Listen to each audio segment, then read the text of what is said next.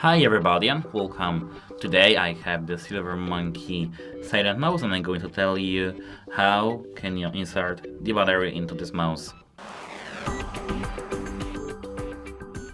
So at first you have to take this mouse upside down and push this thingy over here where you have the arrow to your side.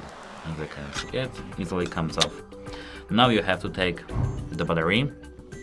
This is the Duracell AA, as you can see, and we have to take the orientation that the battery with the minus side, which is here, as you can see, will go here towards the front of the mouse. Now our battery is correctly inserted.